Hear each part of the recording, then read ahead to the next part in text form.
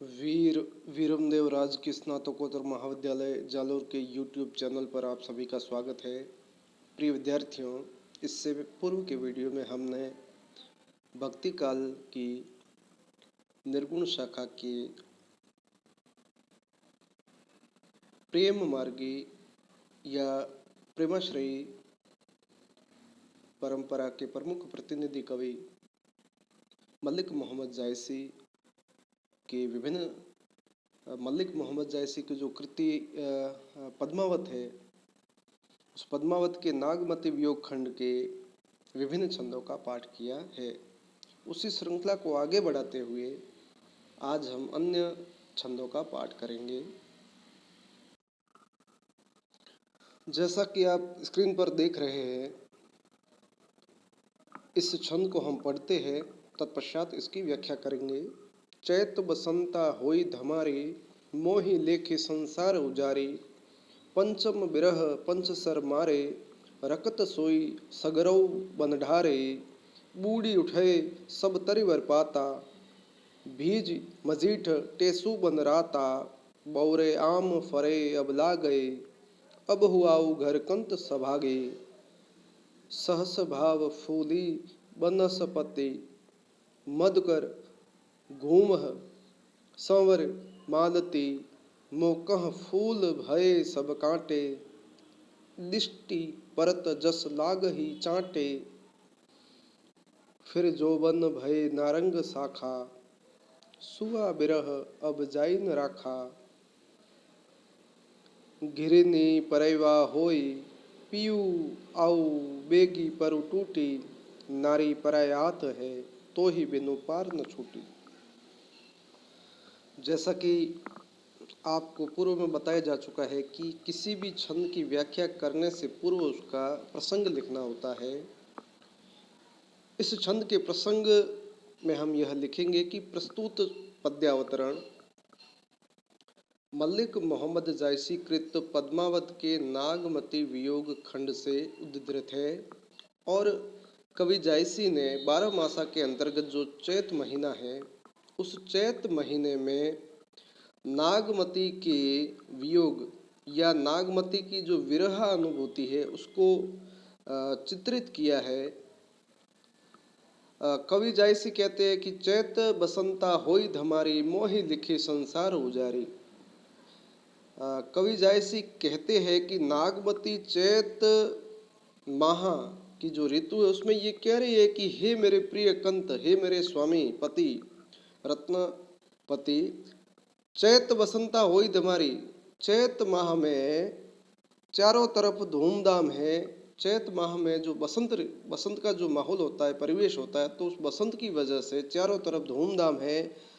लेकिन मेरे लिए, नागमती स्वयं को संबोधित करते हुए कहते कि मेरे लिए तो इस संसार में उजाड़ है, क्योंकि मेरा पति जो है वो मेरे पास नहीं है। इसलिए चाहे कितनी ही धूम क्यों ना हो, मेरे लिए तो उजाड़ ही है। और कोयल पंचम सुर से विरह के बाण छोड़ रही है। संगीत की जानकारी रखने वाले जो विद्यार्थी, उनको मालूम होगा कि जो संगीत के सुर होते हैं उसमें जो 5वां सुर है, उस 5वें सुर से कोयल विरह का जो ये बाण है, बाण रूपी विरह छोड़ रही है। और रकत रोई सगरो बन ढारे, और ऐसा प्रतीत होता है कि कोयल ने विरह में रो रो करके सगरो यानी समस्त जो वन है, संपूर्ण वन में रक्त के आंसुओं से सारी वनस्पति को ताम्र वर्ण की बना दिया है या रक्तिम वर्ण की बना दिया है। अब यहाँ आप कवि की कल्पना कह सकते हो या अतिशयोक्ति भी कह सकते हो कि एक कोयल के रोने से जो वृक्ष के पत्ते हैं वो ताम्र वर्ण के हो जाते हैं। ये एक कवि की कल्पना है। बूढ़ी उठे सब तरिवर पाता, भीजी मजीठ टेसु बन राता। उसी परिवेश को प्रकृति से जोड़ते हुए कवि जायसी कहते हैं कि वहाँ जितने भी ये जो वृक्ष है, वृक्षों के जो पत्ते हैं वे ताम्र वर्ण के हो चुके हैं या रक्तिम वर्ण के हो चुके हैं। तो भीजी मजीठ टेसु बन राता, और वहाँ के जो टेसु है, वृक्ष और जो टेसु है, वो उनका जो वर्ण है वो भी लाल हो गया है। और वहाँ वृक्ष में जो लगे हुए आम हैं वो फलने लग गए हैं।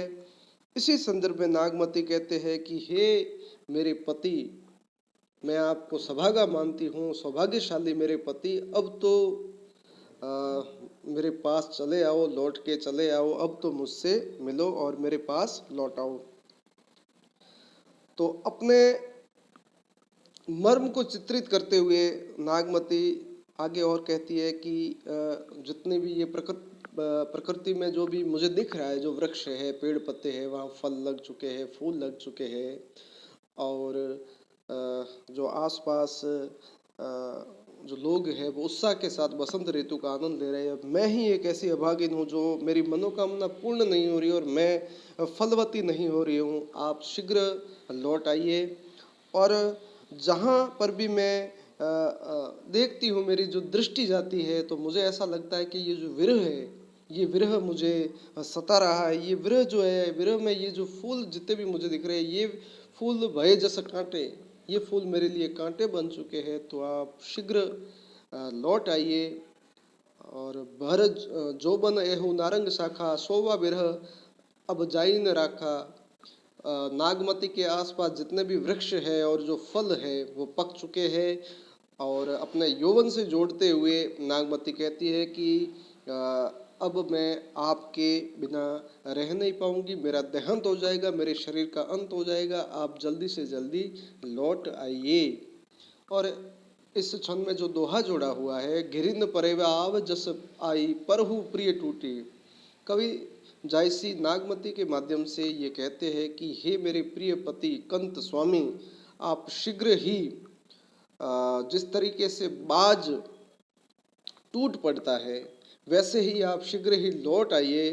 क्योंकि ये जो विरह रूपी तोता है, ये विरह रूपी जो तोता है वो मुझे परेशान कर रहा है। इस तोते पे आप बाज की तरह टूट पड़िए। आपकी जो नारी है वो विरह रूपी तोते के हाथ में है, पराये हाथ में है। आप शीघ्र अति शीघ्र आ जाइए। और आने के पश्चात ही है जो मेरा यह जो मेरा विरह है उसका अंत हो पाएगा। आप शीघ्र अति शीघ्र लौट आइए।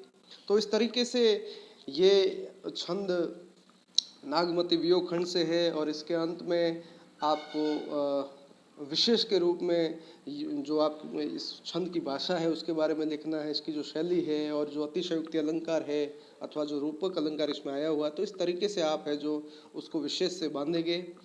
तो इससे अगले वीडियो में हम अन्य छंद को पढ़ेंगे। आप सभी के लिए शुभकामनाएं। बहुत बहुत धन्यवाद।